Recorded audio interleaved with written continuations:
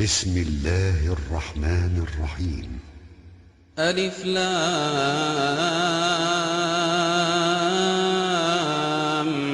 ميم. ذلك الكتاب لا ريب فيه هدى للمتقين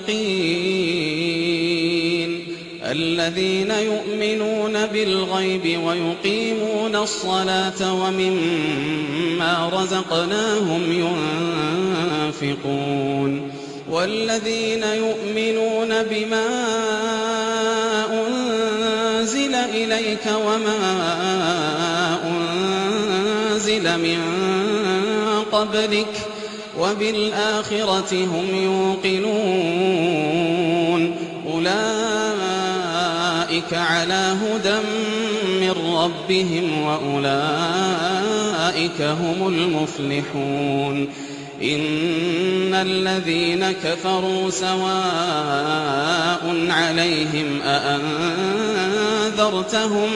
أأنذرتهم أم لم تنذرهم لا يؤمنون.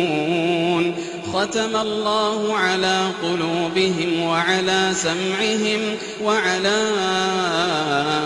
أبصارهم غشاوة ولهم عذاب عظيم. ومن الناس من يقول آمنا بالله وباليوم الآخر وما هم بمؤمنين يخادعون الله والذين آمنوا وما يخدعون إلا أنفسهم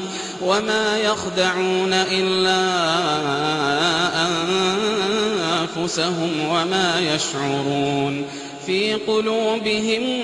مرض فزادهم الله مرضا ولهم عذاب أليم بما كانوا يكذبون. وإذا قيل لهم لا تفسدوا في الأرض قالوا إنما نحن مصلحون ألا إنهم هم المفسدون ولكن لا يشعرون. وإذا قيل لهم آمنوا كما آمن الناس قالوا أنؤمن كما آمن السفهاء ألا إنهم هم السفهاء ولكن لا يعلمون. وإذا لقوا الذين آمنوا قالوا آمنا وإذا خلوا إلى شياطينهم قالوا إنا معكم إنما نحن مستهزئون. الله يستهزئ بهم ويمدهم في طغيانهم يعمهون. أولئك الذين اشتروا الضلالة بالهدى فما ربحت تجارتهم وما كانوا مهتدين. مثلهم كمثل الذي استوقد نارا فلما أضاءت ما حوله ذهب الله بنورهم وتركهم في ظلمات لا يبصرون. صم بكم عمي فهم لا يرجعون. أو كصيب من السماء فيه ظلمات ورعد وبرق يجعلون أصابعهم في آذانهم من الصواعق حذر الموت والله محيط بالكافرين. يكاد البرق يخطف أبصارهم كلما أضاء لهم مشوا فيه وإذا أظلم عليهم قاموا ولو شاء الله لذهب بسمعهم وأبصارهم إن الله على كل شيء قدير. يا أيها الناس اعبدوا ربكم الذي خلقكم والذين من قبلكم لعلكم تتقون. الذي جعل لكم الأرض فراشا والسماء بناء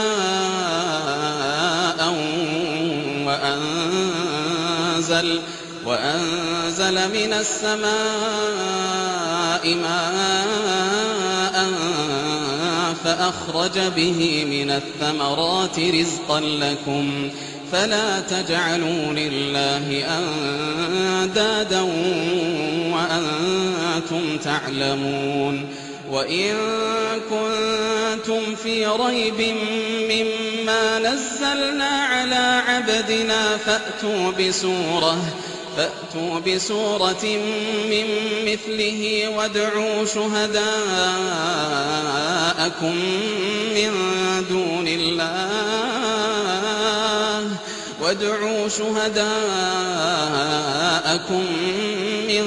دون الله إن كنتم صادقين. فإن لم تفعلوا ولن تفعلوا فاتقوا النار التي وقودها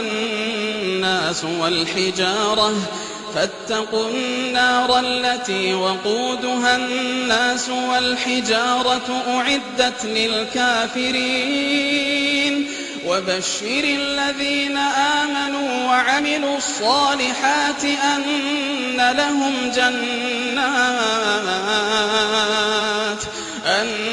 لهم جنات تجري من تحتها الأنهار كلما رزقوا منها من ثمرة رزقا قالوا هذا الذي رزقنا من قبل وأتوا به متشابها ولهم فيها أزواج مطهرة وهم فيها خالدون. إن الله لا يستحيي أن يضرب مثلا ما بعوضة فما فوقها فأما الذين آمنوا فيعلمون أنه الحق من ربهم وأما الذين كفروا فيقولون ماذا أراد الله بهذا مثلا يضل به كثيرا ويهدي به كثيرا وما يضل به إلا الفاسقين. الذين ينقضون عهد الله من بعد ميثاقه ويقطعون ما أمر الله به أن يوصل ويفسدون في الأرض أولئك هم الخاسرون. كيف تكفرون بالله وكنتم أمواتا فأحياكم ثم يميتكم ثم يحييكم ثم إليه ترجعون. هو الذي خلق لكم ما في الأرض جميعا ثم استوى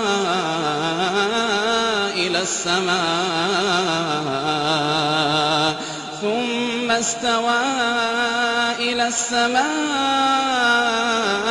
فسواهن 7 سماوات وهو بكل شيء عليم. وإذ قال ربك للملائكة إني جاعل في الأرض خليفة قالوا أتجعل فيها من يفسد فيها ويسفك الدماء ونحن نسبح بحمدك ونقدس لك قال إني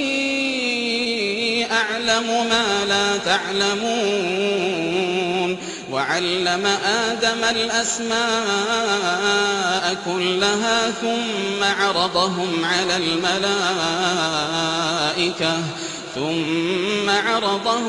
الملائكة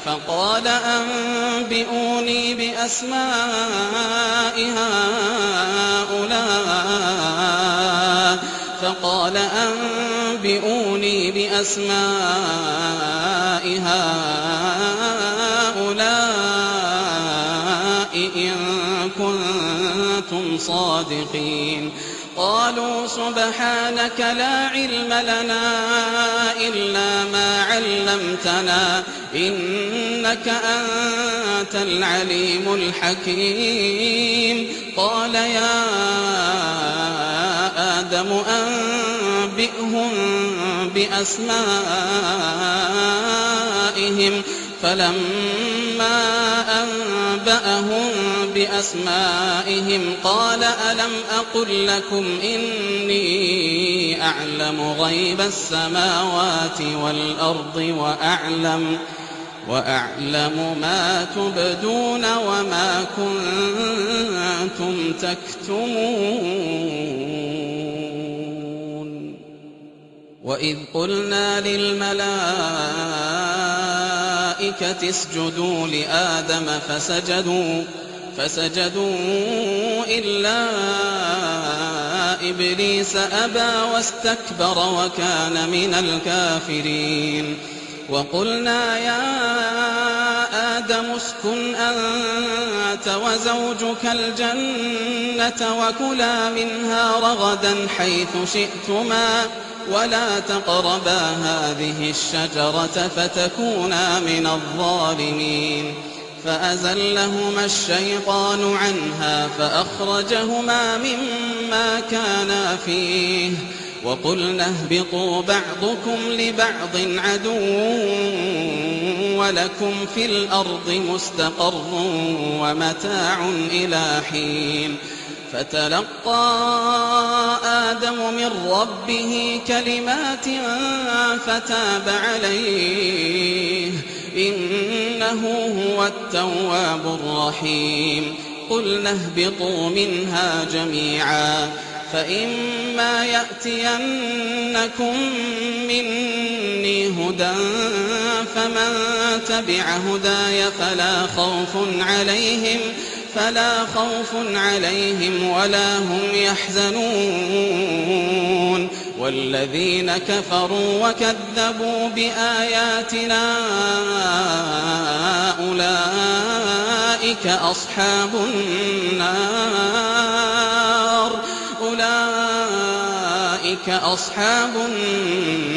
النار هم فيها خالدون يا بني إسرائيل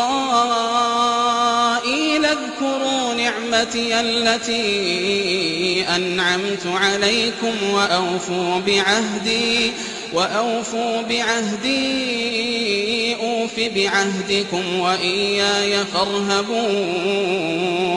وآمنوا بما أنزلت مصدقا لما معكم ولا تكونوا أول كافر به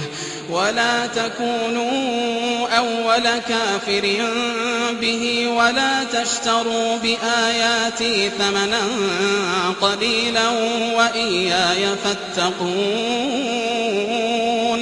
ولا تلبسوا الحق بالباطل وتكتموا الحق وأنتم تعلمون وأقيموا الصلاة وآتوا الزكاة واركعوا مع الراكعين أتأمرون الناس بالبر وتنسون أنفسكم وأنتم تتلون الكتاب أفلا تعقلون واستعينوا بالصبر والصلاة وإنها لكبيرة إلا على الخاشعين الذين يظنون أنهم ملاقو ربهم وأنهم إليه راجعون. يا بني إسرائيل اذكروا نعمتي التي أنعمت عليكم وأني فضلتكم على العالمين. واتقوا يوما لا تجزي نفس عن نفس شيئا ولا يقبل منها شفاعة ولا يؤخذ منها عدل ولا هم ينصرون. وإذ نجيناكم من آل فرعون يسومونكم سوء العذاب يذبحون أبناءكم ويستحيون نساءكم وفي ذلكم بلاء من ربكم عظيم. وإذ فرقنا بكم البحر فأنجيناكم وأغرقنا آل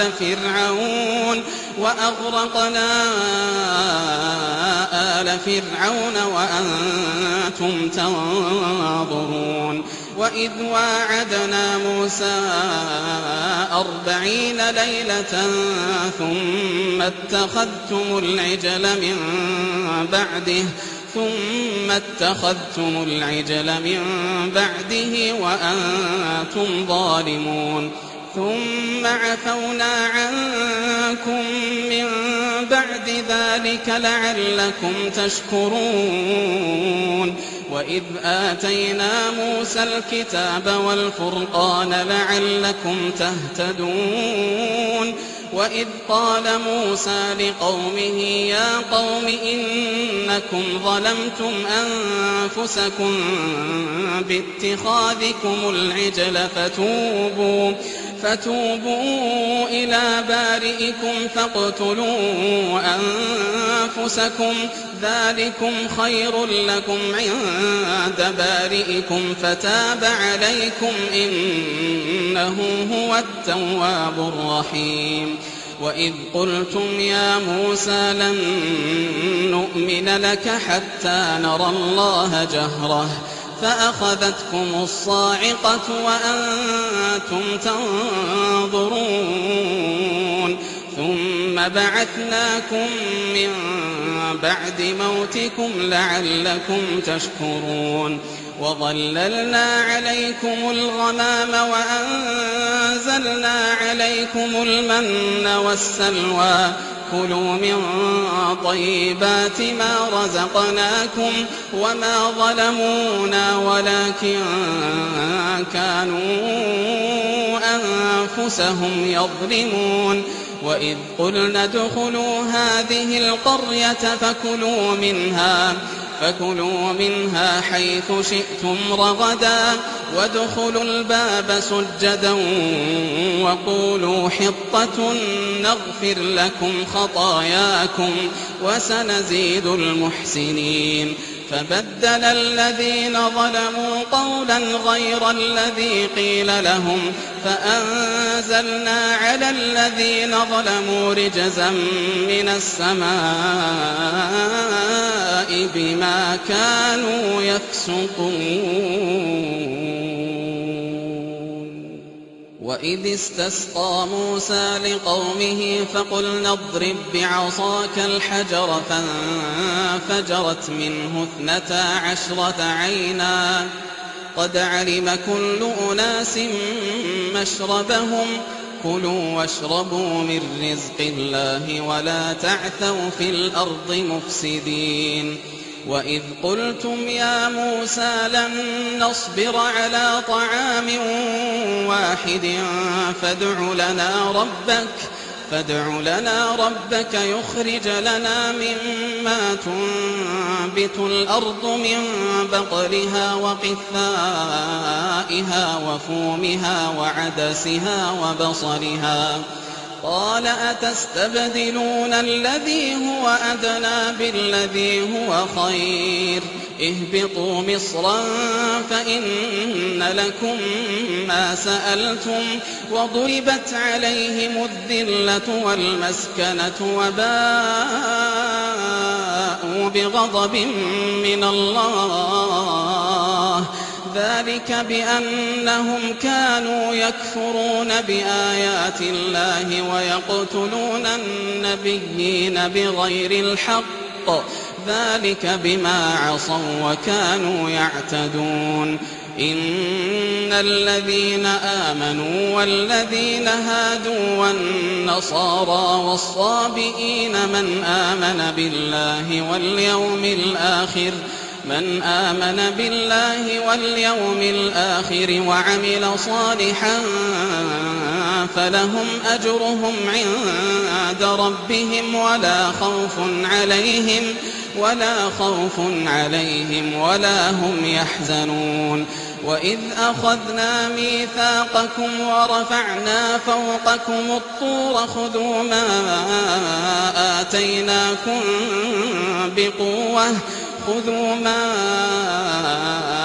آتيناكم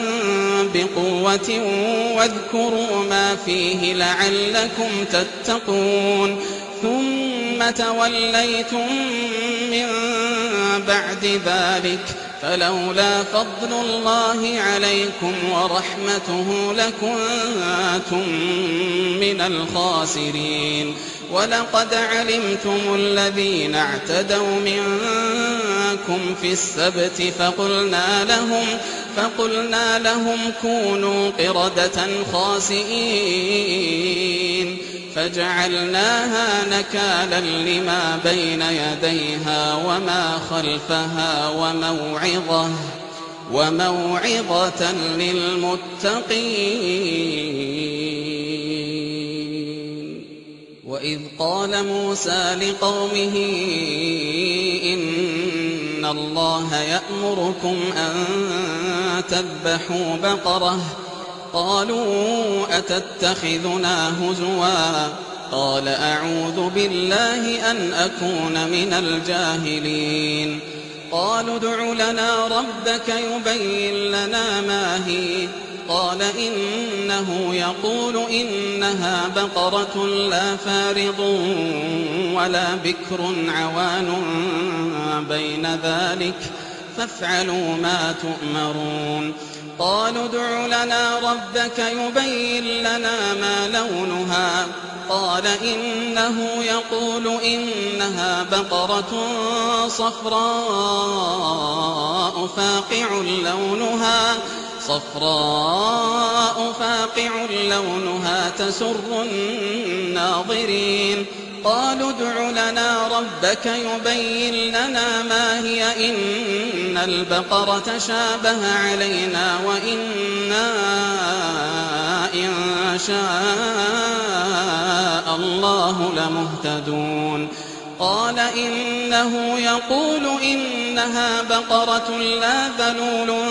تثير الأرض ولا تسقي الحرث مسلمة لا شية فيها قالوا الآن جئت بالحق فذبحوها وما كادوا يفعلون وإذ قتلتم نفسا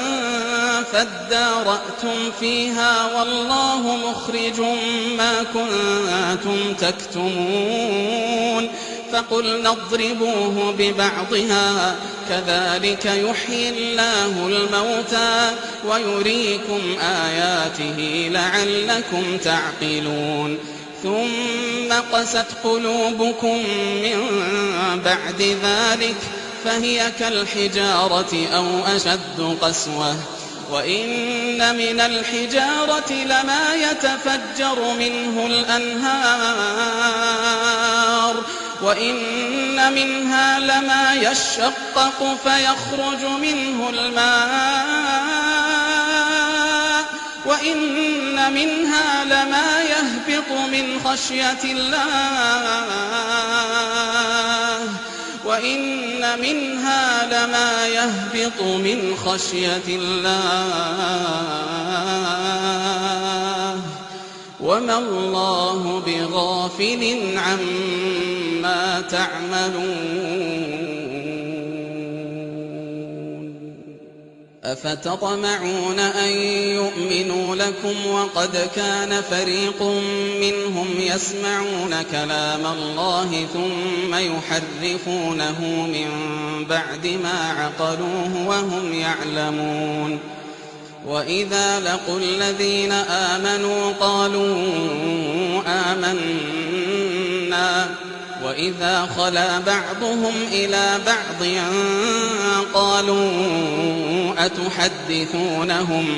قالوا أتحدثونهم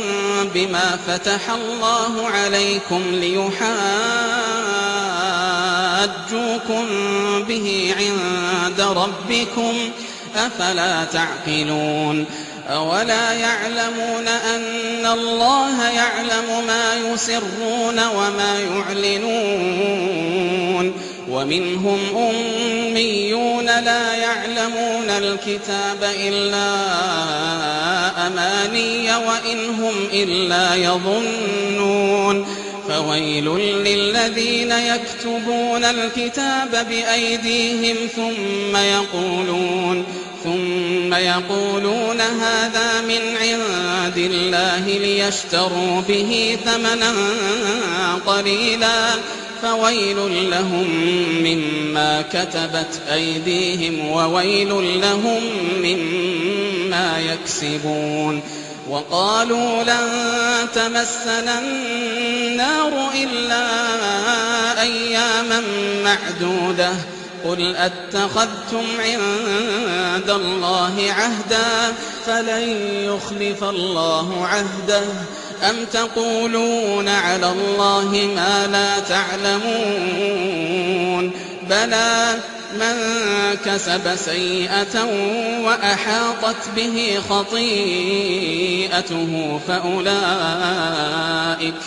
فأولئك أصحاب النار هم فيها خالدون. والذين آمنوا وعملوا الصالحات أولئك أصحاب الجنة هم فيها خالدون.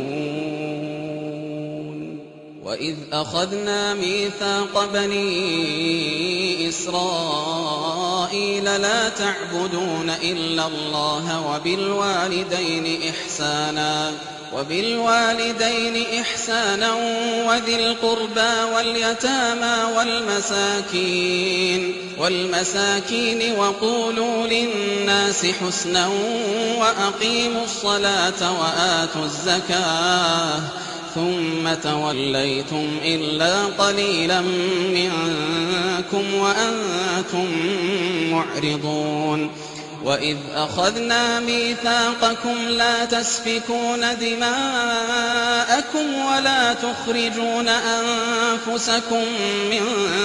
دياركم ثم أقررتم وأنتم تشهدون. ثم أنتم هؤلاء تقتلون أنفسكم وتخرجون فريقا منكم من ديارهم تظاهرون عليهم بالإثم والعدوان وإن يأتوكم أسارى تفادوهم وهو محرم عليكم إخراجهم أفتؤمنون ببعض الكتاب وتكفرون ببعض فما جزاء من يفعل ذلك منكم إلا خزي في الحياة الدنيا ويوم القيامة يردون إلى أشد العذاب وما الله بغافل عما تعملون. أولئك الذين اشتروا الحياة الدنيا بالآخرة فلا يخفف عنهم العذاب ولا هم ينصرون. ولقد آتينا موسى الكتاب وقفينا من بعده بالرسل وآتينا عيسى ابن مريم البينات وأيدناه بروح القدس أفكلما جاءكم رسول بما لا تهوى أنفسكم استكبرتم ففريقا كذبتم وفريقا تقتلون وقالوا قلوبنا غلف بل لعنهم الله بكفرهم فقليلا ما يؤمنون ولما جاءهم كتاب من عند الله مصدق لما معهم وكانوا من قبل يستفتحون على الذين كفروا فلما جاءهم ما عرفوا كفروا به فلعنة الله على الكافرين بئس ما اشتروا به أنفسهم أن يكفروا بما أنزل الله بغيا أن ينزل الله من فضله على من يشاء من عباده فباءوا بغضب على غضب وللكافرين عذاب مهين وإذا قيل لهم آمنوا بما أنزل الله قالوا نؤمن بما أنزل علينا ويكفرون بما وراءه وهو الحق مصدقا لما معهم قل فلم تقتلون أنبياء الله من قبل إن كنتم مؤمنين ولقد جاءكم موسى بالبينات ثم اتخذتم العجل من بعده وأنتم ظالمون وإذ أخذنا ميثاقكم ورفعنا فوقكم الطور خذوا ما آتيناكم بقوة واسمعوا قالوا سمعنا وعصينا وأشربوا في قلوبهم العجل بكفرهم قل بئس ما يأمركم به إيمانكم إن كنتم مؤمنين قل إن كانت لكم الدار الآخرة عند الله خالصة من دون الناس فتمنوا الموت إن كنتم صادقين ولن يتمنوه أبدا بما قدمت أيديهم والله عليم بالظالمين ولتجدنهم أحرص الناس على حياة ومن الذين أشركوا يود أحدهم لو يعمر ألف سنة وما هو بمزحزحه من العذاب أن يعمر والله بصير بما يعملون قل من كان عدوا لجبريل فإنه نزله على قلبك بإذن الله مصدقا لما بين يديه وهدى وبشرى للمؤمنين من كان عدوا لله وملائكته ورسله وجبريل وميكال فإن الله عدو للكافرين ولقد أنزلنا إليك آيات بينات وما يكفر بها إلا الفاسقون أو كلما عاهدوا عهدا نبذه فريق منهم بل أكثرهم لا يؤمنون ولما جاءهم رسول من عند الله مصدق لما معهم نبذ فريق من الذين أوتوا الكتاب كتاب الله وراء ظهورهم كأنهم لا يعلمون واتبعوا ما تتلو الشياطين على ملك سليمان وما كفر سليمان ولكن الشياطين كفروا يعلمون الناس السحر وما أنزل على الملكين ببابل هاروت وماروت وما يعلمان من أحد حتى يقولا إنما نحن فتنة فلا تكفر فيتعلمون منهما ما يفرقون به بين المرء وزوجه وما هم بضارين به من أحد إلا بإذن الله ويتعلمون ما يضرهم ولا ينفعهم ولقد علموا لمن اشتراه ما له في الآخرة من خلاق ولبئس ما شروا به أنفسهم لو كانوا يعلمون ولو أنهم آمنوا واتقوا لمثوبة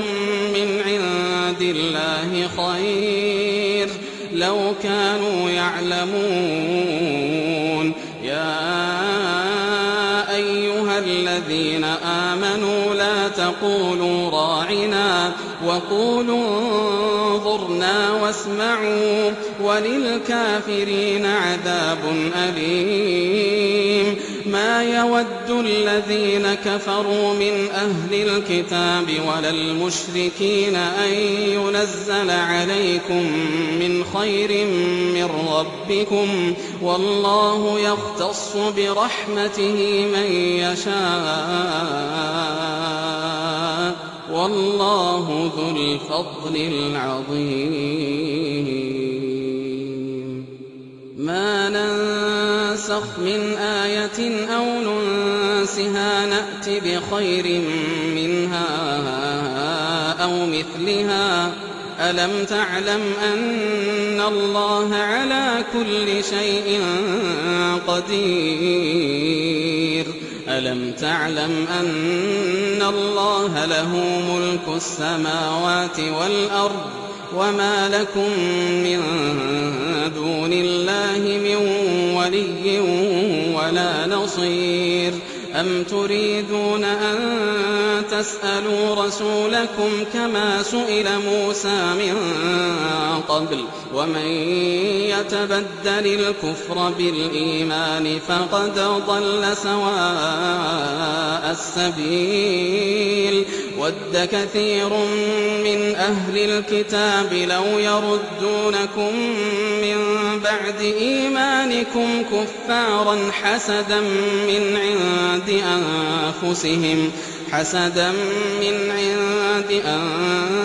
أنفسهم من بعد ما تبين لهم الحق فاعفوا واصفحوا حتى يأتي الله بأمره إن الله على كل شيء قدير وأقيموا الصلاة وآتوا الزكاة وما تقدموا لأنفسكم من خير تجدوه عند الله إن الله بما تعملون بصير وقالوا لن يدخل الجنة إلا من كان هودا أو نصارى تلك أمانيهم قل هاتوا برهانكم إن كنتم صادقين بلى من أسلم وجهه لله وهو محسن فله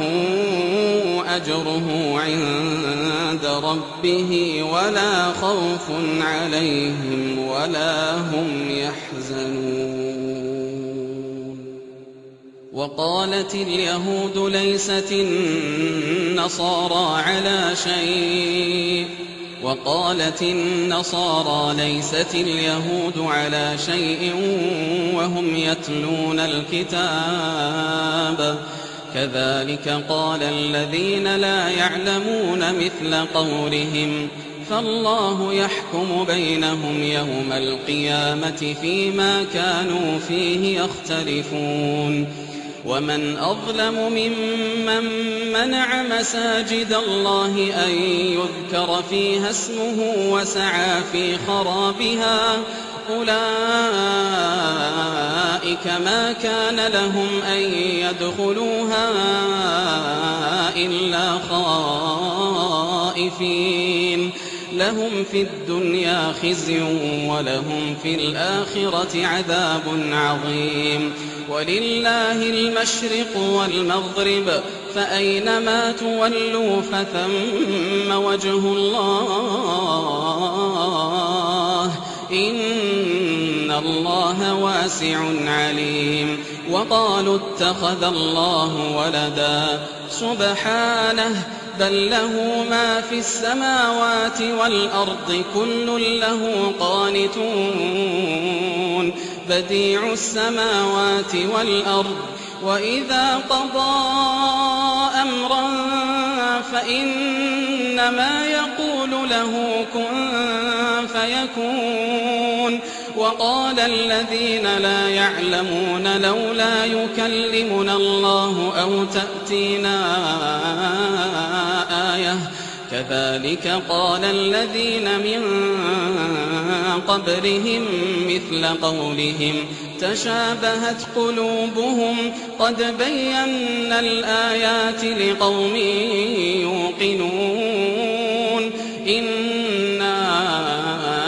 أرسلناك بالحق بشيرا ونذيرا ولا تسأل عن أصحاب الجحيم. ولن ترضى عنك اليهود ولا النصارى حتى تتبع ملتهم قل إن هدى الله هو الهدى ولئن اتبعت أهواءهم بعد الذي جاءك من العلم ما لك من الله من ولي ولا نصير. الذين آتيناهم الكتاب يتلونه حق تلاوته أولئك يؤمنون به ومن يكفر به فأولئك هم الخاسرون. يا بني إسرائيل اذكروا نعمتي التي أنعمت عليكم وأني فضلتكم على العالمين. واتقوا يوما لا تجزي نفس عن نفس شيئا ولا يقبل منها عدل ولا تنفعها شفاعة ولا هم ينصرون. وإذ ابتلى إبراهيم ربه بكلمات فأتمهن قال إني جاعلك للناس إماما قال ومن ذريتي قال لا ينال عهد الظالمين. وإذ جعلنا البيت مثابة للناس وأمنا واتخذوا من مقام إبراهيم مصلى وعهدنا إلى إبراهيم وإسماعيل أن طهرا أن طهرا بيتي للطائفين والعاكفين والركع السجود. وإذ قال إبراهيم رب اجعل هذا بلدا آمنا وارزق أهله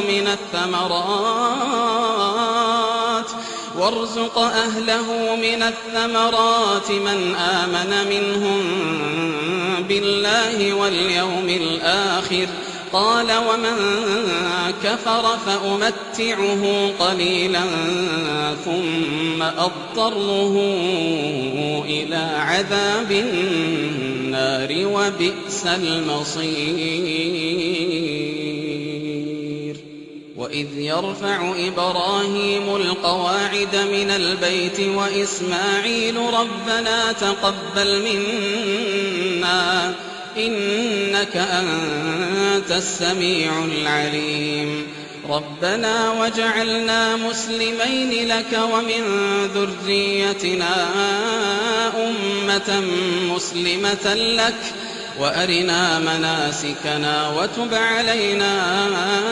إنك أنت التواب الرحيم. ربنا وابعث فيهم رسولا منهم يتلو عليهم آياتك ويعلمهم الكتاب والحكمة ويزكيهم إنك أنت العزيز الحكيم. ومن يرغب عن ملة إبراهيم إلا من سفه نفسه ولقد اصطفيناه في الدنيا وإنه في الآخرة لمن الصالحين. إذ قال له ربه أسلم قال أسلمت لرب العالمين. ووصى بها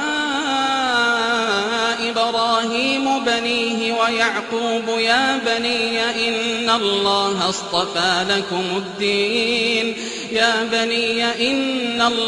اصطفى لكم الدين فلا تموتن إلا وأنتم مسلمون. أم كنتم شهداء إذ حضر يعقوب الموت إذ قال لبنيه ما تعبدون من بعدي قالوا نعبد إلهك وإله آبائك إبراهيم وإسماعيل وإسحاق إلها واحدا ونحن له مسلمون. تلك أمة قد خلت لها ما كسبت ولكم ما كسبتم ولا تسألون عما كانوا يعملون. وقالوا كونوا هودا أو نصارى تهتدوا قل بل ملة إبراهيم حنيفا وما كان من المشركين. قولوا آمنا بالله وما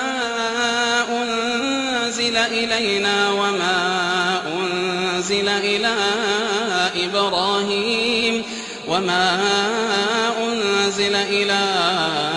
إبراهيم وإسماعيل وإسحاق ويعقوب والأسباط وما أوتي موسى وعيسى وما أوتي النبيون من ربهم لا نفرق بين أحد منهم ونحن له مسلمون. فإن آمنوا بمثل ما آمنتم به فقد اهتدوا وإن تولوا فإنما هم في شقاق فسيكفيكهم الله وهو السميع العليم. صبغة الله ومن أحسن من الله صبغة ونحن له عابدون. قل أتحاجوننا في الله وهو ربنا وربكم ولنا أعمالنا ولكم أعمالكم ونحن له مخلصون أم تقولون إن إبراهيم وإسماعيل وإسحاق ويعقوب والأسباط كانوا هودا أو نصارى قل أأنتم أعلم أم الله ومن أظلم ممن كتم شهادة عنده من الله وما الله بغافل عما تعملون تلك أمة قد خلت لها ما كسبت ولكم ما كسبتم ولا تسألون عما كانوا يعملون سيقول السفهاء من الناس ما ولاهم عن قبلتهم التي كانوا عليها قل لله المشرق والمغرب يهدي من يشاء إلى صراط مستقيم وكذلك جعلناكم أمة وسطا لتكونوا شهداء على الناس ويكون الرسول عليكم شهيدا وما جعلنا القبلة التي كنت عليها إلا لنعلم من يتبع الرسول ممن ينقلب على عقبيه وإن كانت لكبيرة إلا على الذين هدى الله وما كان الله ليضيع إيمانكم إن الله بالناس لرؤوف رحيم قد نرى تقلب وجهك في السماء فلنولينك قبلة ترضاها فول وجهك شطر المسجد الحرام وحيث ما كنتم فولوا وجوهكم شطره وإن الذين أوتوا الكتاب ليعلمون أنه الحق من ربهم وما الله بغافل عما يعملون ولئن أتيت الذين أوتوا الكتاب بكل آية ما تبعوا قبلتك وما أنت بتابع قبلتهم وما بعضهم بتابع قبلة بعض ولئن اتبعت أهواءهم من بعد ما جاءك من العلم إنك إذا لمن الظالمين الذين آتيناهم الكتاب يعرفونه كما يعرفون أبناءهم وإن فريقا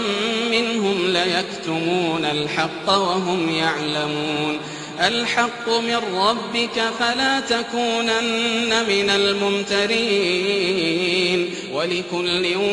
وجهة هو موليها فاستبقوا الخيرات أينما تكونوا يأت بكم الله جميعا إن الله على كل شيء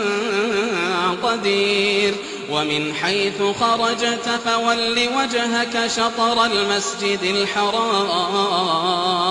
وإنه للحق من ربك وما الله بغافل عما تعملون ومن حيث خرجت فول وجهك شطر المسجد الحرام وحيث ما كنتم فولوا وجوهكم شطره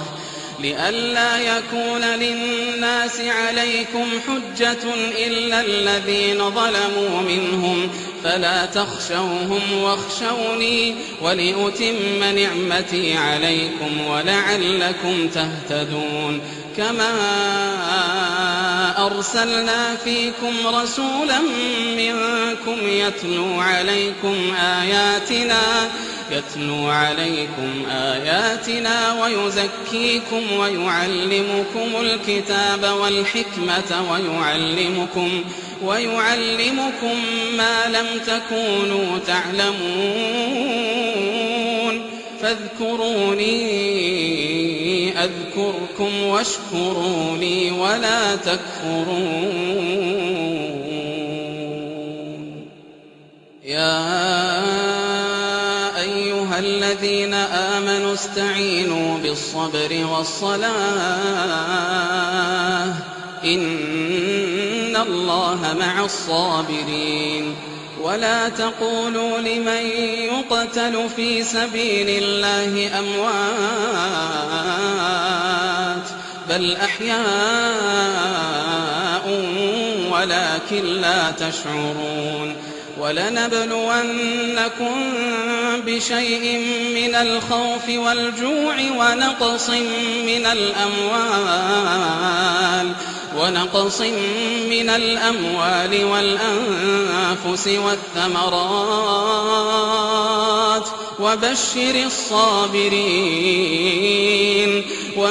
الصابرين الذين إذا أصابتهم مصيبة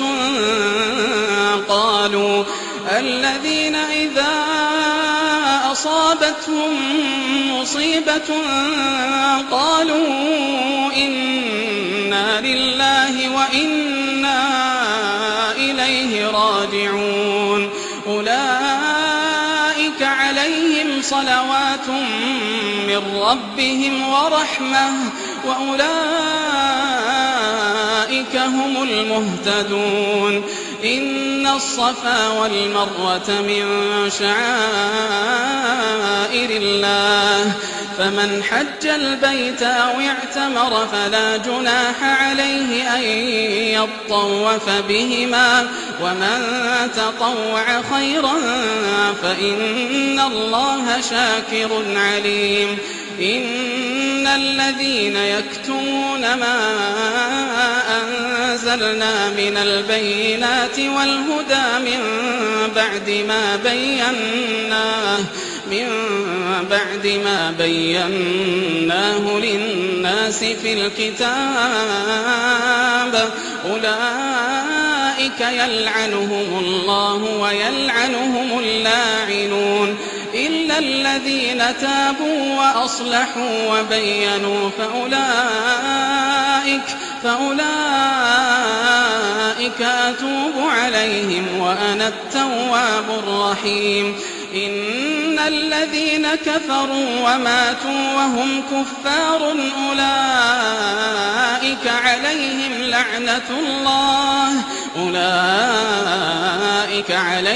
لعنة الله والملائكة والناس أجمعين خالدين فيها لا يخفف عنهم العذاب ولا هم ينظرون. وإلهكم إله واحد لا إله إلا هو الرحمن الرحيم.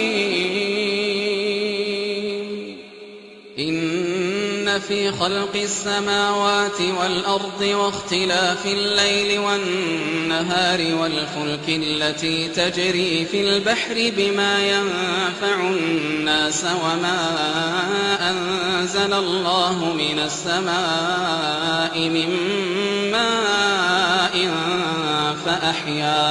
فأحيا به الأرض بعد موتها وبث فيها من كل دابة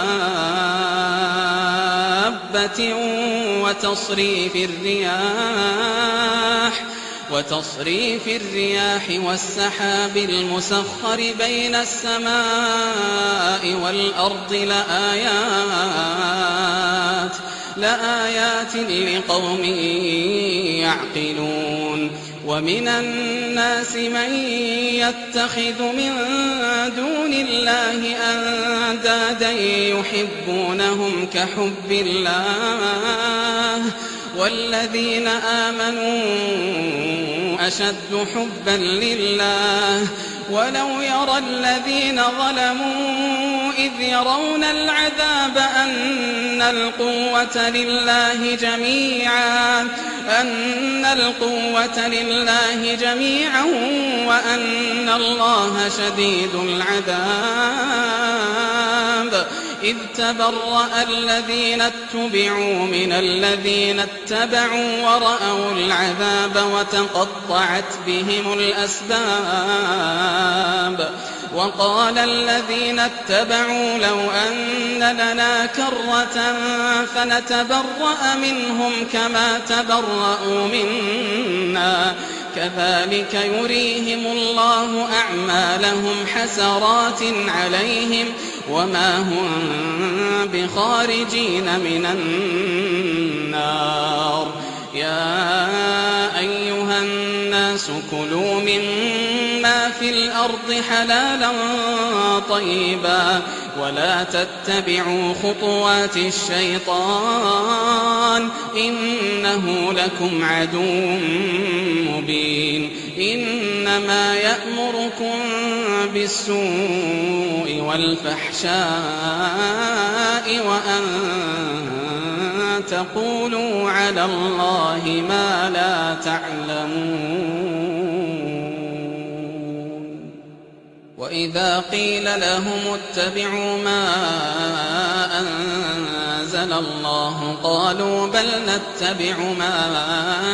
ألفينا عليه آباءنا أولو كان آباؤهم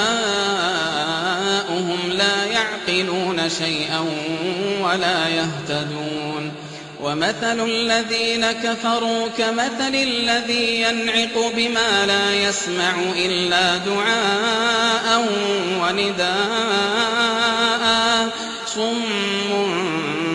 بكم عمي فهم لا يعقلون يا أيها الذين آمنوا كلوا من طيبات ما رزقناكم واشكروا لله إن كنتم إياه تعبدون إنما حرم عليكم الميتة والدم ولحم الخنزير وما أهل به لغير الله فمن اضطر غير باغ ولا عاد فلا إثم عليه إن الله غفور رحيم إن الذين يكتمون ما أنزل الله من الكتاب ويشترون به ثمنا قليلا أولئك ما يأكلون في بطونهم إلا النار ولا يكلمهم الله يوم القيامة ولا يزكيهم ولهم عذاب أليم أولئك الذين اشتروا الضلالة بالهدى والعذاب بالمغفرة فما أصبرهم على النار ذلك بأن الله نزل الكتاب بالحق وإن الذين اختلفوا في الكتاب لفي شقاق بعيد ليس البر أن تولوا وجوهكم قبل المشرق والمغرب ولكن البر من آمن بالله واليوم الآخر والملائكة والكتاب والنبيين وآتى المال على حبه ذوي القربى واليتامى والمساكين وابن السبيل والسائلين وفي الرقاب وأقام الصلاة وآتى الزكاة والموفون بعهدهم إذا عاهدوا والصابرين في البأساء والضراء وحين البأس أولئك الذين صدقوا وأولئك هم المتقون. يا أيها الذين آمنوا كتب عليكم القصاص في القتلى الحر بالحر والعبد بالعبد والأنثى بالأنثى فمن عفي له من أخيه شيء فاتباع بالمعروف وأداء إليه بإحسان ذلك تخفيف من ربكم ورحمة فمن اعتدى بعد ذلك فله عذاب أليم. ولكم في القصاص حياة يا أولي الألباب لعلكم تتقون.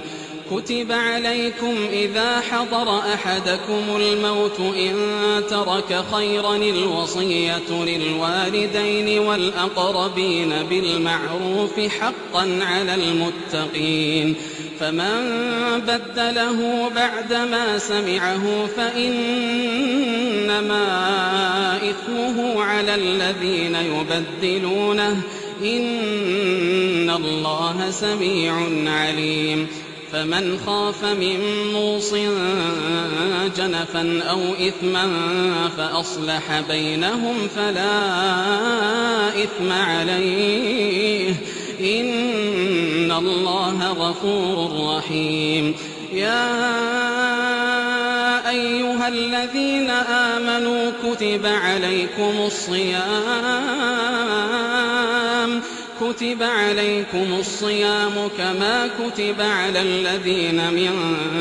قبلكم لعلكم تتقون أياما معدودات فمن كان منكم مريضا أو على سفر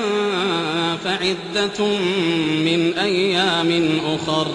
وعلى الذين يطيقونه فدية طعام مسكين فمن تطوع خيرا فهو خير له وأن تصوموا خير لكم إن كنتم تعلمون. شهر رمضان الذي أنزل فيه القرآن هدى للناس وبينات من الهدى والفرقان فمن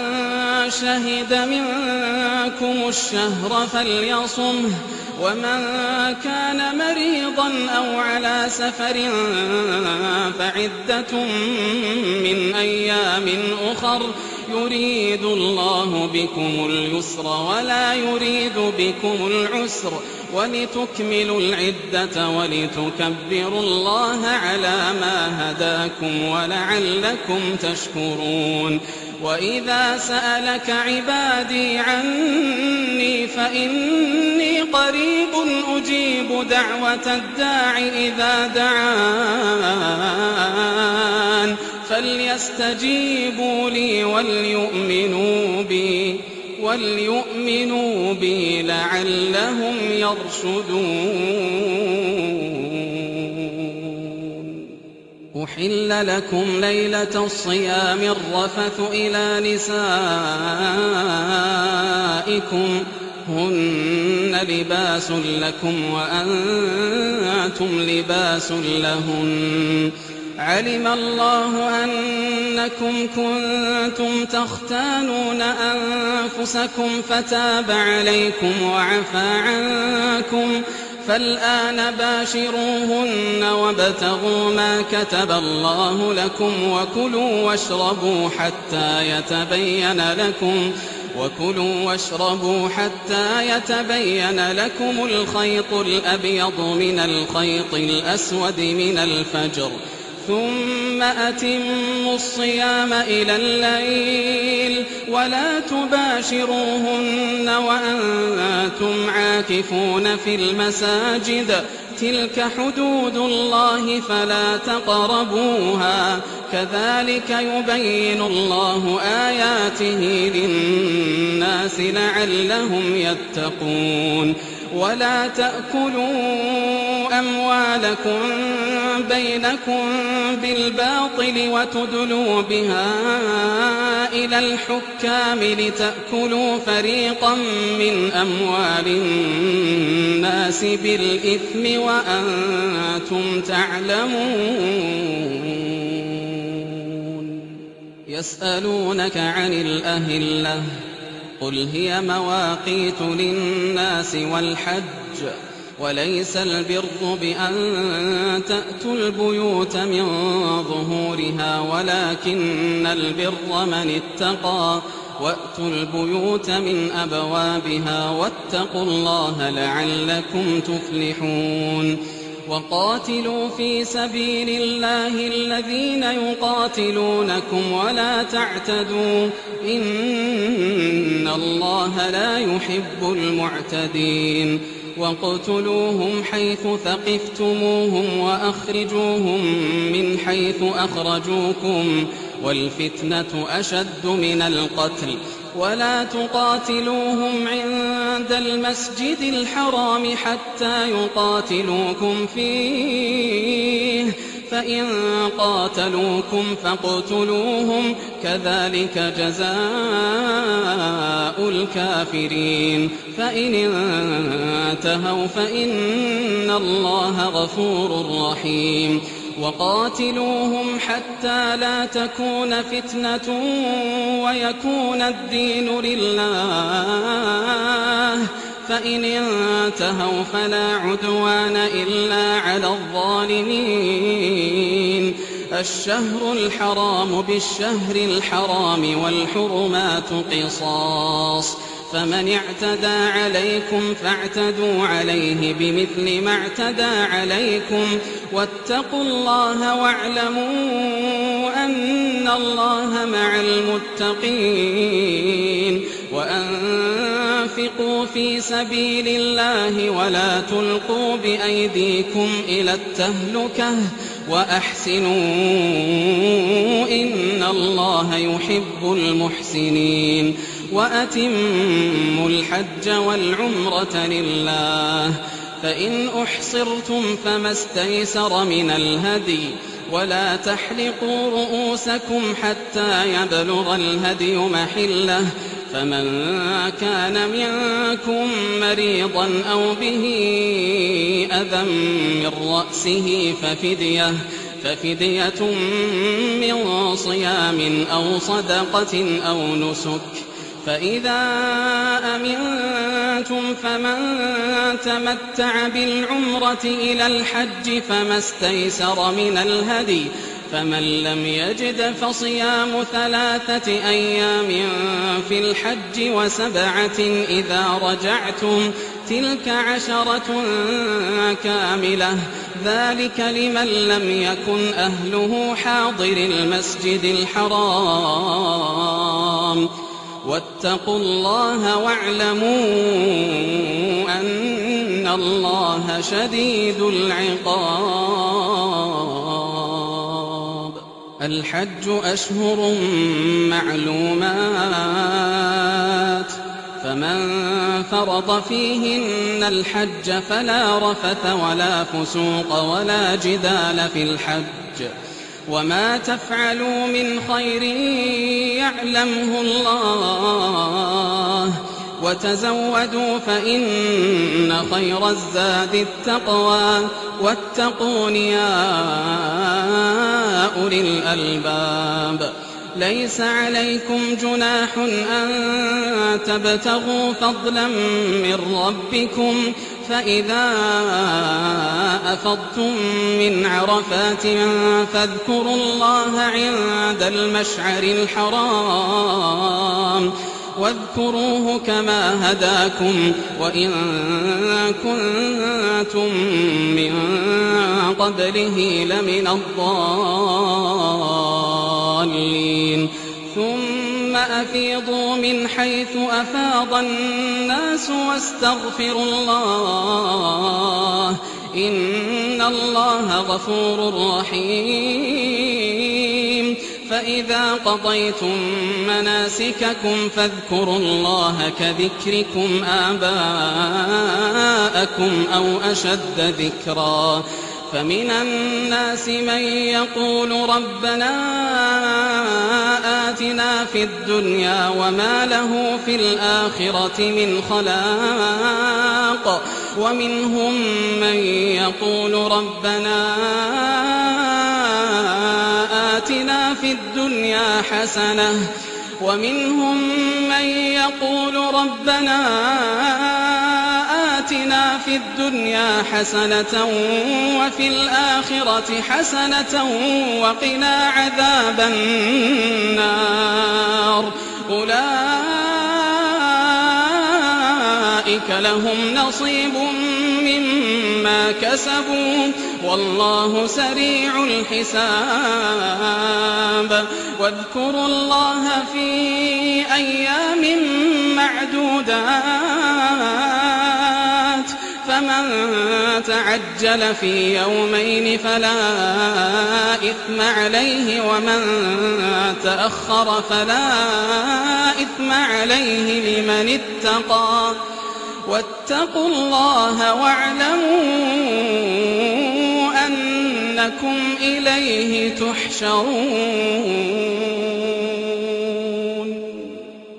ومن الناس من يعجبك قوله في الحياة الدنيا ويشهد الله على ما في قلبه وهو ألد الخصام. وإذا تولى سعى في الأرض ليفسد فيها ويهلك الحرث والنسل والله لا يحب الفساد. وإذا قيل له اتق الله أخذته العزة بالإثم فحسبه جهنم ولبئس المهاد. ومن الناس من يشري نفسه ابتغاء مرضات الله والله رؤوف بالعباد. يا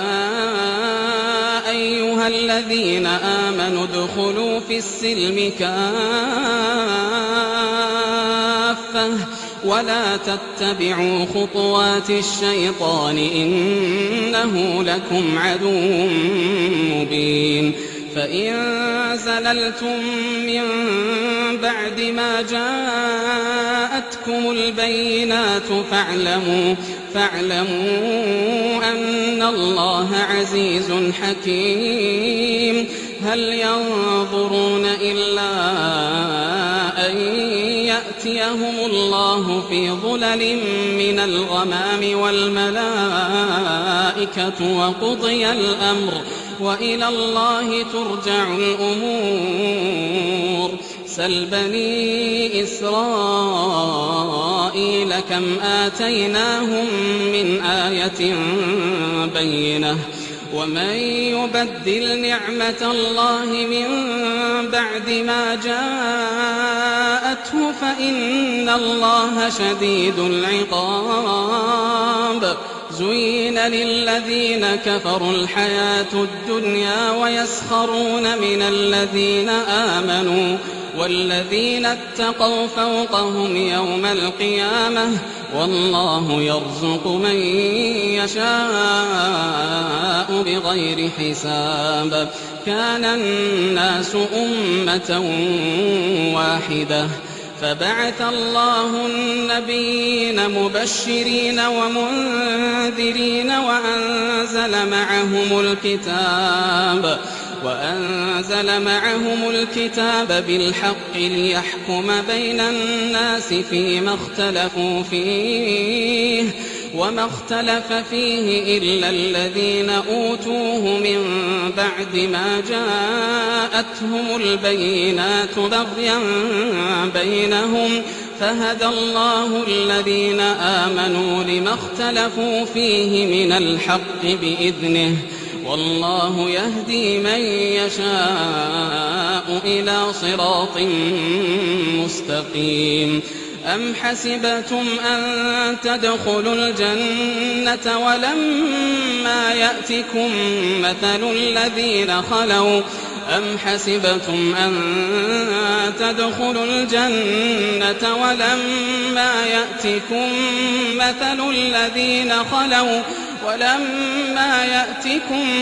مثل الذين خلوا من قبلكم مستهم البأساء والضراء وزلزلوا حتى يقول الرسول والذين آمنوا معه متى نصر الله ألا إن نصر الله قريب يسألونك ماذا ينفقون قل ما أنفقتم من خير فللوالدين والأقربين واليتامى والمساكين وابن السبيل وما تفعلوا من خير فإن الله به عليم. كتب عليكم القتال وهو كره لكم وعسى أن تكرهوا شيئا وهو خير لكم وعسى أن تحبوا شيئا وهو شر لكم والله يعلم وأنتم لا تعلمون. يسألونك عن الشهر الحرام قتال فيه قل قتال فيه كبير وصد عن سبيل الله وكفر به والمسجد الحرام وإخراج أهله منه أكبر عند الله والفتنة أكبر من القتل ولا يزالون يقاتلونكم حتى يردوكم عن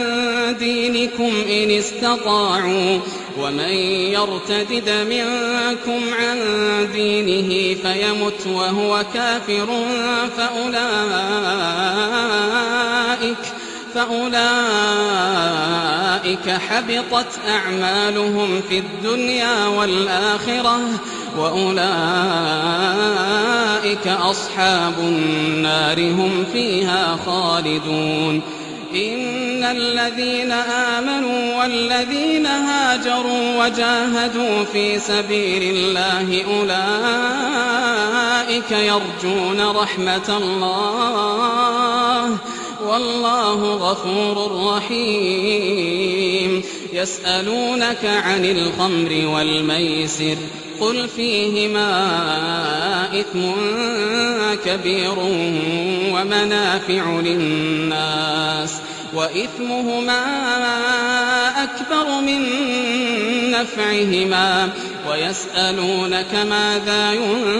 ينفقون قل العفو كذلك يبين الله لكم الآيات لعلكم تتفكرون في الدنيا والآخرة.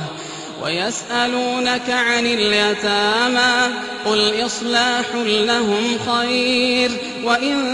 تخالطوهم فإخوانكم والله يعلم المفسد من المصلح ولو شاء الله لأعنتكم إن الله عزيز حكيم. ولا تنكحوا المشركات حتى يؤمنوا ولأمة مؤمنة خير من مشركة ولو أعجبتكم ولا تنكحوا المشركين حتى يؤمنوا ولعبد مؤمن خير من مشرك ولو أعجبكم أولئك يدعون إلى النار والله يدعو إلى الجنة والمغفرة بإذنه ويبين آياته للناس لعلهم يتذكرون. ويسألونك عن المحيض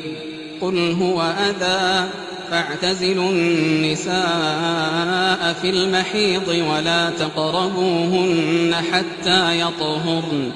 فإذا تطهرن فأتوهن من حيث أمركم الله إن الله يحب التوابين ويحب المتطهرين نساؤكم حرث لكم فأتوا حرثكم أنى شئتم وقدموا لأنفسكم واتقوا الله واعلموا أنكم ملاقوه وبشر المؤمنين ولا تجعلوا الله عرضة لأيمانكم أن تبروا وتتقوا وتصلحوا بين الناس والله سميع عليم لا يؤاخذكم الله باللغو في أيمانكم ولكن يؤاخذكم بما كسبت قلوبكم والله غفور حليم للذين يؤلون من نسائهم تربص 4 أشهر فإن فاءوا فإن الله غفور رحيم وإن عزموا الطلاق فإن الله سميع عليم والمطلقات يتربصن بأنفسهن 3 قروء ولا يحل لهن أن يكتمن ما خلق الله في أرحامهن إن كن يؤمن بالله واليوم الآخر وبعولتهن أحق بردهن في ذلك إن أرادوا إصلاحا ولهن مثل الذي عليهن بالمعروف وللرجال عليهن درجة والله عزيز حكيم الطلاق 2 فإمساك بمعروف أو تسريح بإحسان ولا يحل لكم أن تأخذوا مما آتيتموهن شيئا إلا أن يخافا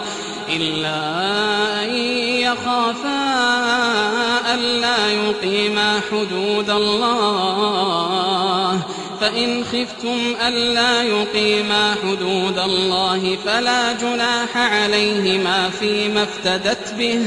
تلك حدود الله فلا تعتدوها ومن يتعد حدود الله فأولئك هم الظالمون فإن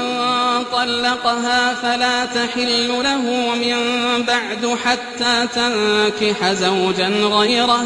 فإن طلقها فلا جناح عليهما أن يتراجعا إن ظنا أن يقيما حدود الله وتلك حدود الله يبينها لقوم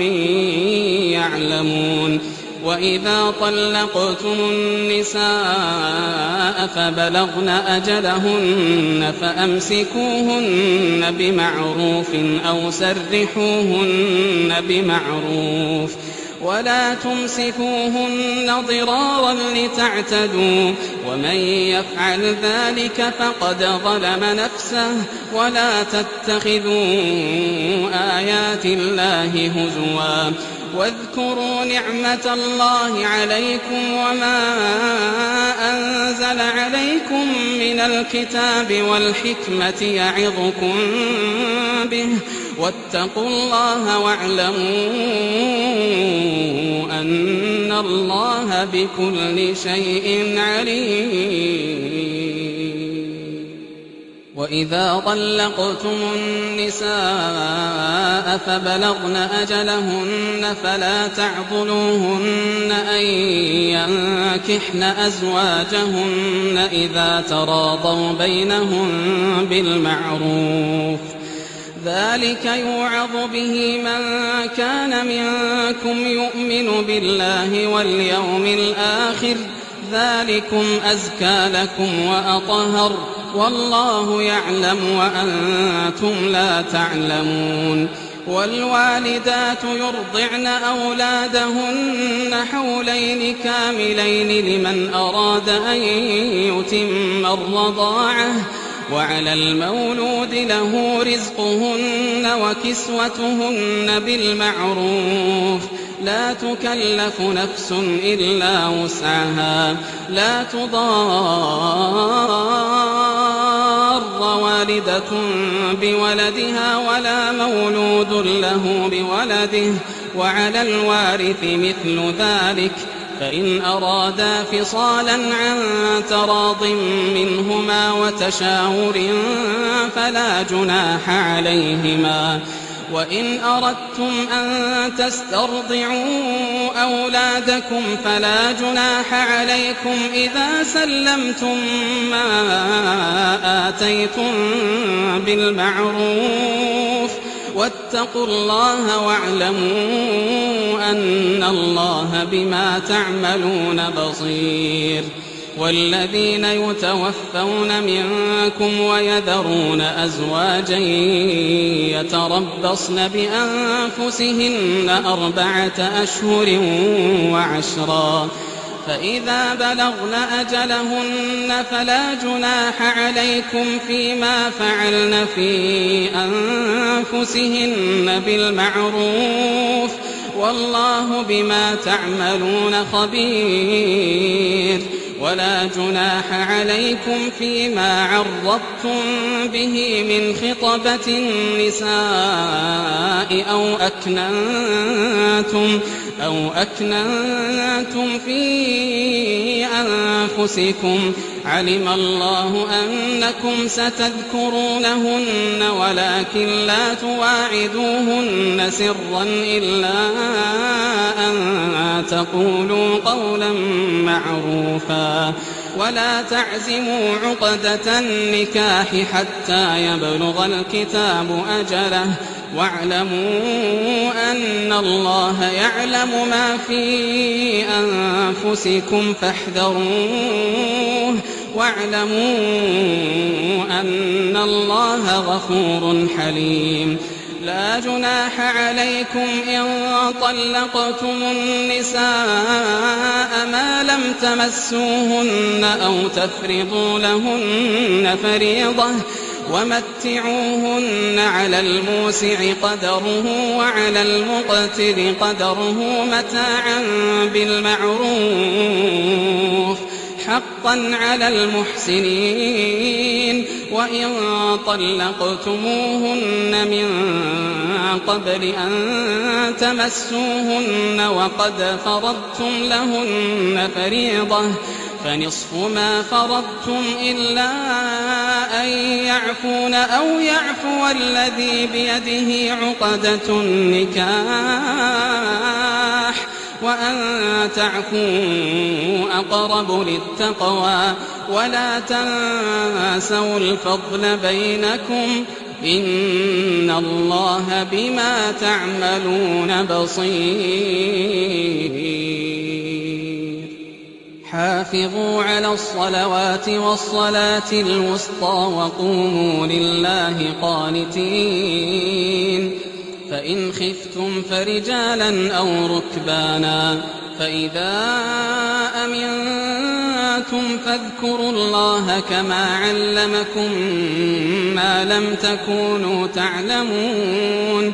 والذين يتوفون منكم ويذرون أزواجا وصية لأزواجهم متاعا إلى الحول غير إخراج فإن خرجن فلا جناح عليكم فيما فعلن في أنفسهن من معروف والله عزيز حكيم وللمطلقات متاع بالمعروف حقا على المتقين كذلك يبين الله لكم آياته لعلكم تعقلون ألم تر إلى الذين خرجوا من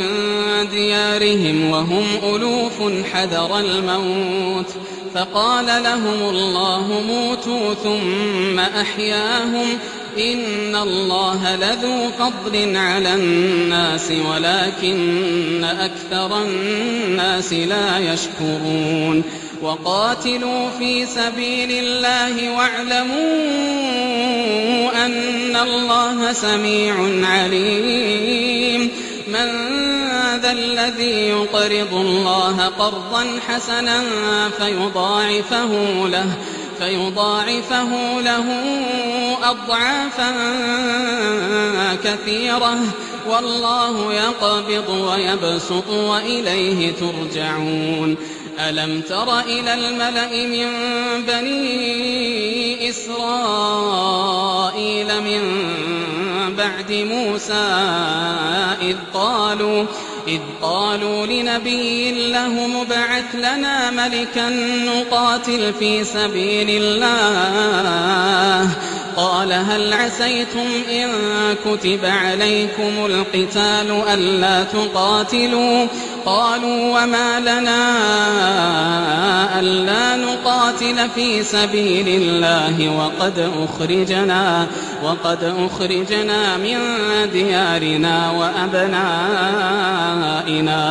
فلما كتب عليهم القتال تولوا إلا قليلا منهم والله عليم بالظالمين وقال لهم نبيهم إن الله قد بعث لكم طالوت ملكا قالوا أنى يكون له الملك علينا ونحن أحق بالملك منه ولم يؤت سعة من المال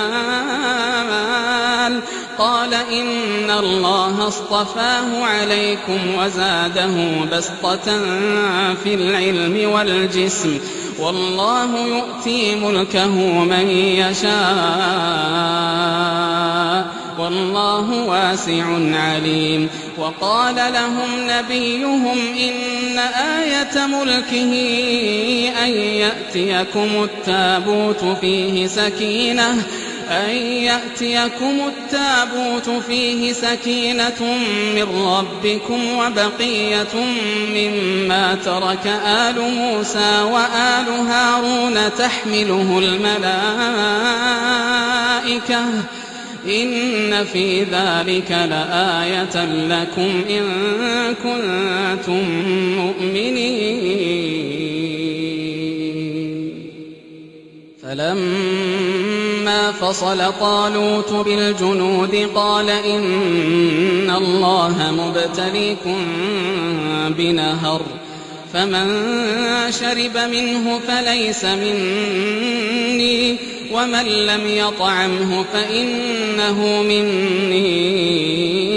إلا من اغترف غرفة بيده فشربوا منه إلا قليلا منهم فلما جاوزه هو والذين آمنوا معه قالوا لا طاقة لنا اليوم بجالوت وجنوده قال الذين يظنون أنهم ملاقو الله كم من فئة قليلة غلبت فئة كثيرة بإذن الله والله مع الصابرين ولما برزوا لجالوت وجنوده قالوا ربنا أفرغ علينا صبرا وثبت أقدامنا وانصرنا على القوم الكافرين فهزموهم بإذن الله وقتل داود جالوت وآتاه الله الملك والحكمة وعلمه مما يشاء ولولا دفع الله الناس بعضهم ببعض لفسدت الأرض ولكن الله ذو فضل على العالمين. تلك آيات الله نتلوها عليك بالحق وإنك لمن المرسلين. تلك الرسل فضلنا بعضهم على بعض منهم من كلم الله ورفع بعضهم درجات وآتينا عيسى ابن مريم البينات وأيدناه بروح القدس ولو شاء الله ما اقتتل الذين من بعدهم من بعد ما جاءتهم البينات ولكن اختلفوا فمنهم من آمن ومنهم من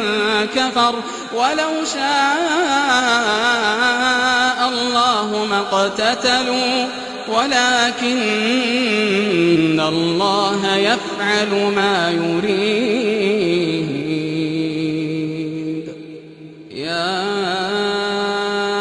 أيها الذين آمنوا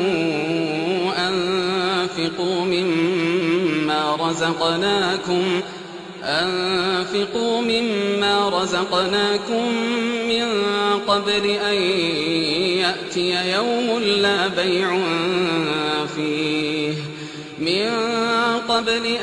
يأتي يوم لا بيع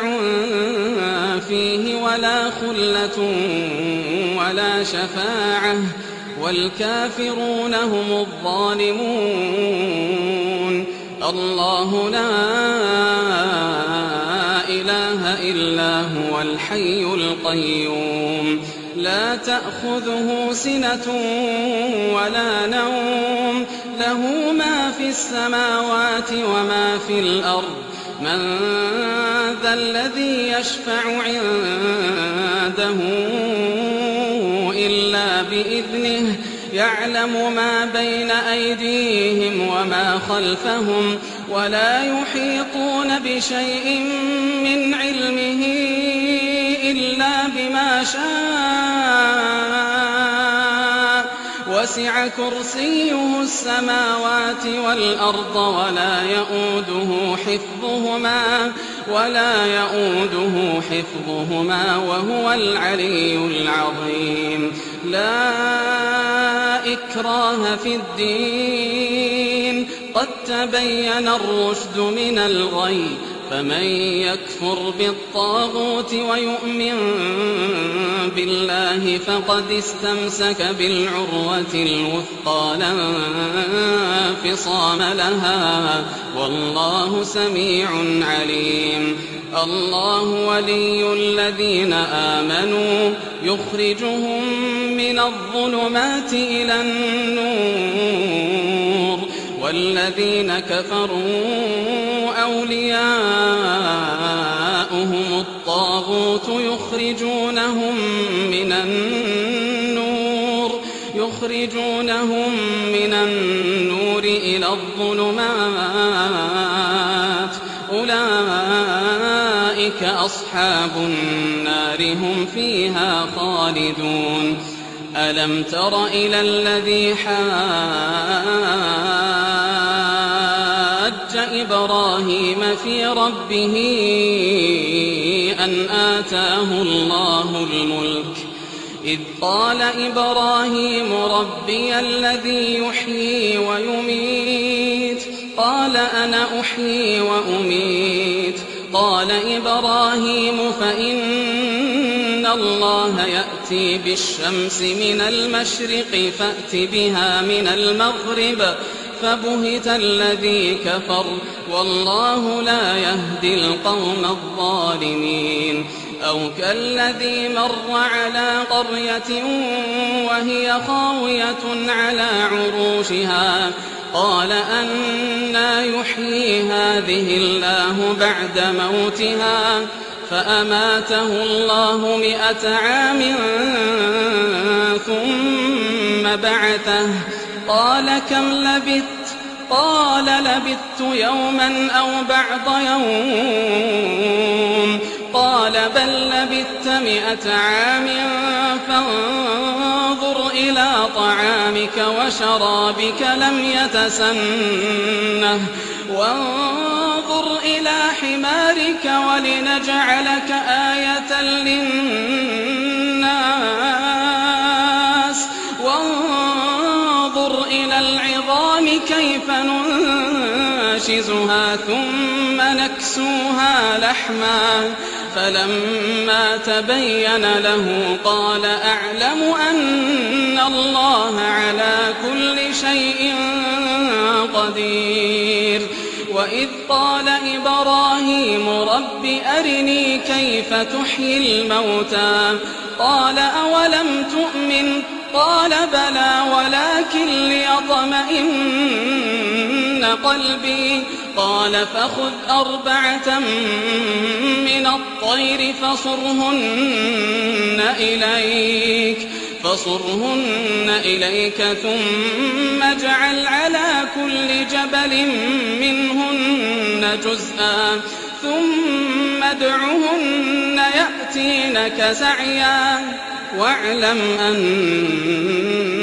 الله عزيز حكيم مثل الذين ينفقون أموالهم في سبيل الله كمثل حبة أنبتت 7 سنابل في كل سنبلة 100 حبة والله يضاعف لمن يشاء والله واسع عليم الذين ينفقون أموالهم في سبيل الله ثم لا يتبعون ما أنفقوا منا ولا أذى لهم أجرهم عند ربهم ولا خوف عليهم ولا هم يحزنون قول معروف ومغفرة خير من صدقة يتبعها أذى والله غني حليم يا أيها الذين آمنوا لا تبطلوا صدقاتكم بالمن والأذى كالذي ينفق ماله رئاء الناس ولا يؤمن بالله واليوم الآخر فمثله كمثل صفوان عليه تراب فأصابه وابل فتركه صلدا لا يقدرون على شيء مما كسبوا والله لا يهدي القوم الكافرين ومثل الذين ينفقون أموالهم ابتغاء مرضات الله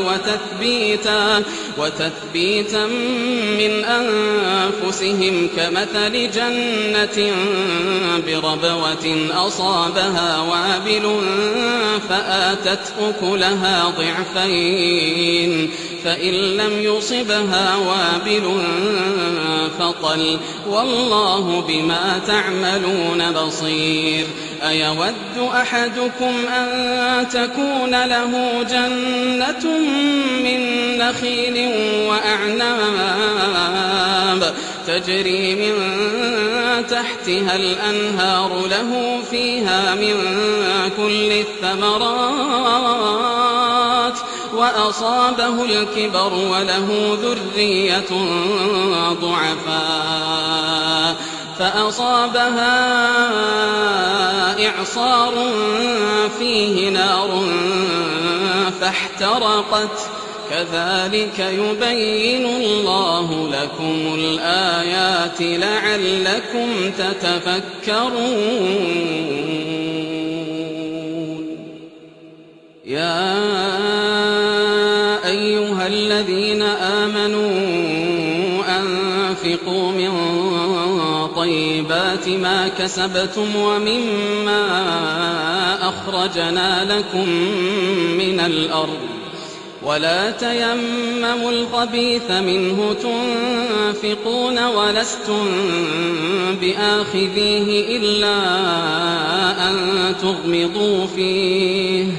واعلموا أن الله غني حميد. الشيطان يعدكم الفقر ويأمركم بالفحشاء والله يعدكم مغفرة منه وفضلا والله واسع عليم. يؤتي الحكمة من يشاء ومن يؤت الحكمة فقد أوتي خيرا كثيرا وما يذكر إلا أولو الألباب. وما أنفقتم من نفقة أو نذرتم من نذر فإن الله يعلمه وما للظالمين من أنصار. إن تبدوا الصدقات فنعما هي وإن تخفوها وتؤتوها الفقراء فهو خير لكم ويكفر عنكم من سيئاتكم والله بما تعملون خبير. ليس عليك هداهم ولكن الله يهدي من يشاء وما تنفقوا من خير فلأنفسكم وما تنفقون إلا ابتغاء وجه الله وما تنفقوا من خير يوفى إليكم وأنتم لا تظلمون. للفقراء الذين أحصروا في سبيل الله لا يستطيعون ضربا في الأرض يحسبهم الجاهل أغنياء من التعفف تعرفهم بسيماهم لا يسألون الناس إلحافا وما تنفقوا من خير فإن الله به عليم. الذين ينفقون أموالهم بالليل والنهار سرا وعلانية فلهم أجرهم عند ربهم ولا خوف عليهم ولا هم يحزنون. الذين يأكلون الربا لا يقومون إلا كما يقوم الذي يتخبطه الشيطان من المس ذلك بأنهم قالوا إنما البيع مثل الربا وأحل الله البيع وحرم الربا. فمن جاءه موعظة من ربه فانتهى فله ما سلف وأمره إلى الله ومن عاد فأولئك أصحاب النار هم فيها خالدون. يمحق الله الربا ويربي الصدقات والله لا يحب كل كفار أثيم. إن الذين آمنوا وعملوا الصالحات وأقاموا الصلاة وآتوا الزكاة لهم أجرهم عند ربهم ولا خوف عليهم ولا هم يحزنون. يا أيها الذين آمنوا اتقوا الله وذروا ما بقي من الربا إن كنتم فإن لم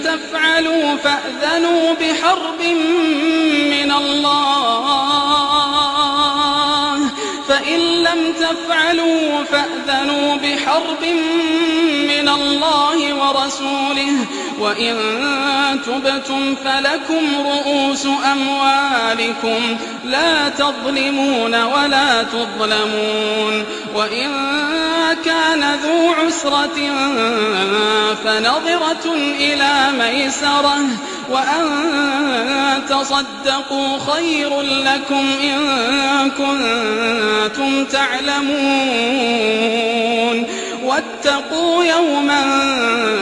ترجعون فيه إلى الله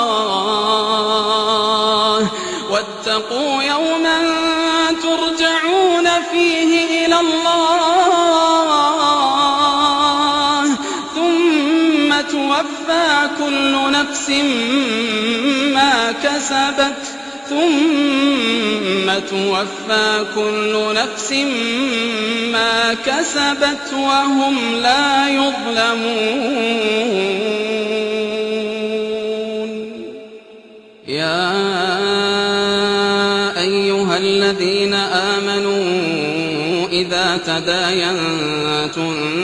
بدين إلى أجل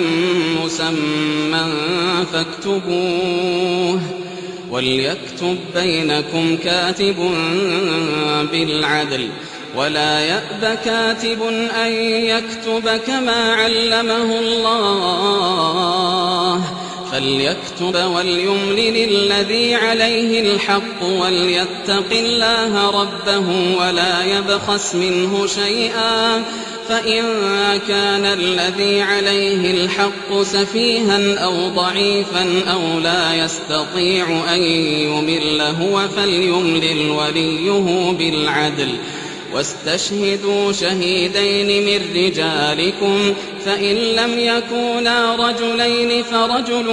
وامرأتان ممن ترضون من الشهداء أن تضل إحداهما فتذكر إحداهما الأخرى ولا يأبى الشهداء إذا ما دعوا ولا تسأموا أن تكتبوه صغيرا أو كبيرا إلى أجله ذلكم أقسط عند الله وأقوم للشهادة وأدنى ألا ترتابوا إلا أن تكون تجارة حاضرة تديرونها بينكم فليس عليكم جناح ألا تكتبوها وأشهدوا إذا تبايعتم ولا يضار كاتب ولا شهيد وإن تفعلوا فإنه فسوق بكم واتقوا الله ويعلمكم الله والله بكل شيء عليم وإن كنتم على سفر ولم تجدوا كاتبا فرهان مقبوضة فإن أمن بعضكم بعضا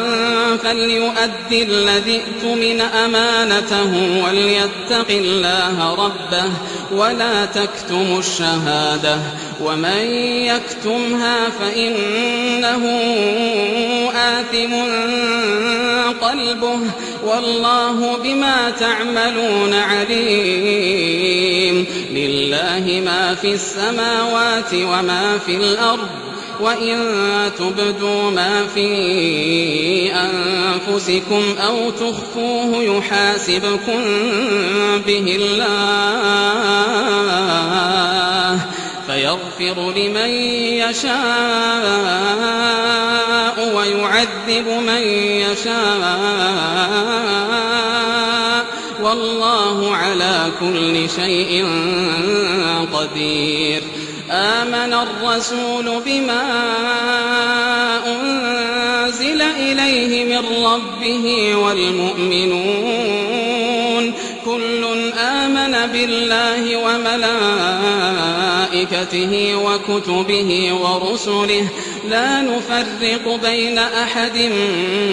من رسله وقالوا سمعنا وأطعنا غفرانك ربنا وإليك المصير. لا يكلف الله نفسا إلا وسعها لها ما كسبت وعليها ما اكتسبت ربنا لا تؤاخذنا